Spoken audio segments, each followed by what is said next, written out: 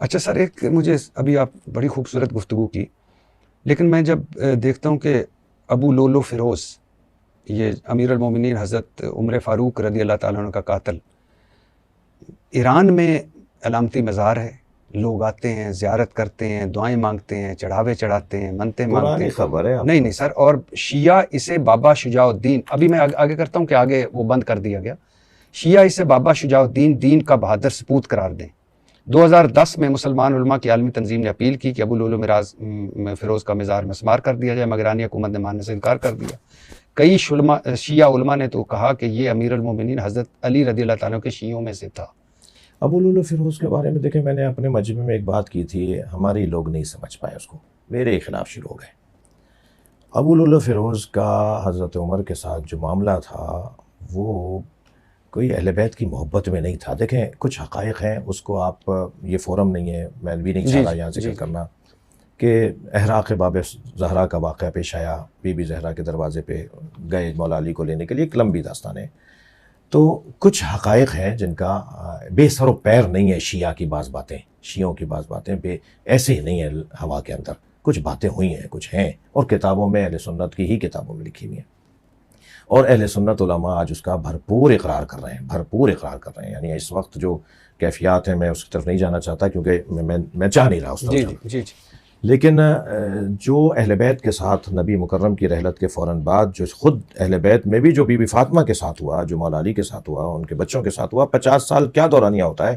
50 سال کی بات تو مجھے کل کسی لگتی ہے، میں ایک 52 سال کا ہو گیا ہوں، مثال تھوڑے دن بعد مجھے لگے گا کل کسی بات ہے. 50 سال تو ایسے گزر جاتے ہیں. 50 سال کے بعد پورا کنبہ کاٹ دیا گیا کربلا میں، نبی کا سارا گھرانہ مار دیا گیا کربلا میں.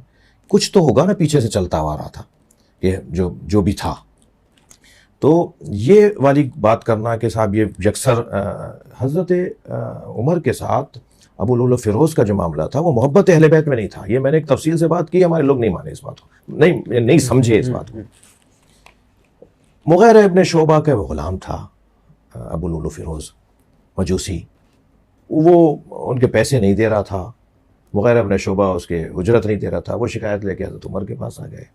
حضرت عمر سے انہوں نے کہا، تو حضرت عمر نے اسے کہا کہ بھئی تمہارا کام کیا ہے، کرنا کیا جانتے ہو، تمہاری مہارت کیا ہے. اس نے کہا میں چکیاں بناتا ہوں، مختلف چیزوں کو پیسنے کی چکیاں بناتا ہوں، آج کل کے گرینڈر بناتا ہوں. انہوں نے فرمایا میرے لیے کب بناؤ گے؟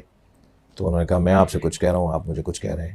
کہا بھائی تم پہلے بتاؤ میرے لیے کب بناؤ گے. تو اس نے یہ سمجھا کہ یہ اپنے دوست کا ساتھ دے رہے ہیں اور میری فریاد نہیں سن رہے. تو اس نے یہ کہہ کے گیا کہ میں آپ کی ایک ایسی چکی بناؤں گا کہ ساری دنیا میں گھومے گی وہ. اور دوسرے دن آ کے اس نے چاقو آپ کے پیٹ میں مار دیا. پھر پورا قصہ ہے کہ وہ وہاں سے فرار کر گیا. ہماری کتابوں میں جہاں اس طرح کی باتیں جو آپ فرما رہے ہیں، ہماری کتابوں میں اس سے ہٹ کر بھی باتیں جیسے میں کہہ رہا ہوں، جی ٹھیک، تو ہم آن نہیں کرتے. جی ٹھیک. اور ہمارے نزدیک، میں ایک موٹا سا جملہ کہوں گا، ہمارے نزدیک مسلمانوں کا شیرازہ اہمیت رکھتا ہے، مسلمانوں کی جلالت اہمیت رکھتی ہے، مسلمانوں کی ابوہت اہمیت رکھتی ہے، جس کی بنیاد پر دسیوں باتیں ہمیں اپنے لوگوں کو سمجھانا پڑتی ہیں. کچھ مان لیتے ہیں، کچھ نہیں مانتے.